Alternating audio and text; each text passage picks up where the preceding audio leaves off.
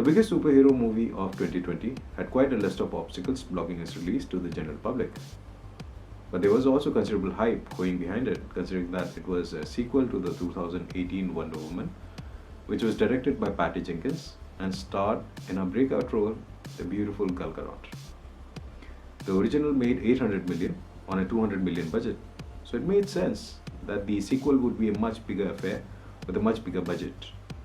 Now, does it succeed, or does it fall victim to the sophomoric slump that plagues many movies of this genre?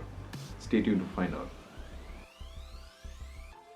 Wonder Woman 84 sees Diana Prince working as a senior anthropologist at the Smithsonian Museum. She meets new employee Barbara Minerva, a woefully miscast Kristen Wiig whose admiration soon turns into envy when a wish goes awry as she turns into the monstrous cheetah.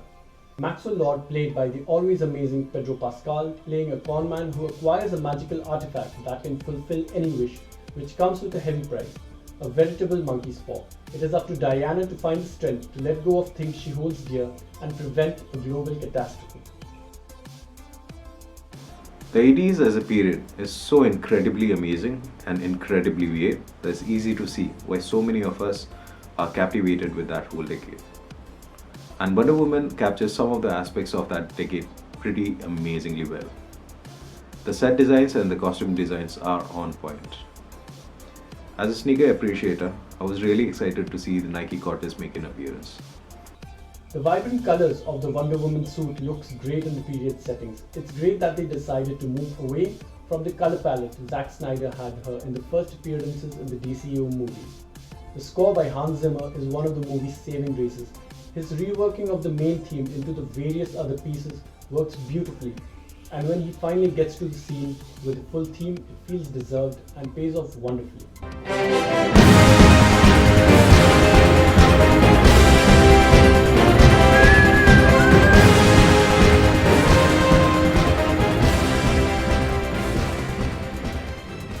Chris Pine shines as the newly returned from the dead pilot Steve.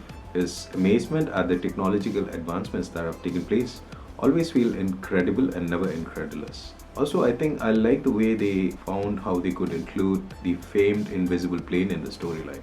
Here's where I differ in my opinion on Chris Pine. Although he's charming as always, I felt his presence wasn't justified or explained as clearly, which is a major issue with this movie, as it raises some uncomfortable questions about consent on taking a closer look. The movie starts with a very pointless flashback that is meant to serve as a moral base for the entire movie, but it is so vague that I immediately forget what it's all about, which is a stark foretelling for the rest of the movie, because the script feels like it was a patchwork of ideas hurriedly put together. The dialogues in the scene don't feel natural and are like excerpts taken from a motivational TED talk. There's an absolute lack of nuance in this movie. The message is so ham-fisted. It feels like the movie is on the verge of a parody where every male character other than Chris Pine is written as a token bad person with varying shades of perverse or misogyny thrown in. Neither is the story compelling, nor is the action, which is a shame because Patty Jenkins definitely made a visible effort to scale things up. Now coming into the movie, I knew that Gal Gadot has very limited acting range in which she excels, and she does in Wonder Woman 84. But Pedro Pascal and Kristen Wiig, them I expect much more from. But it may not be their fault so much as a weak script, which doesn't give them too much to work with.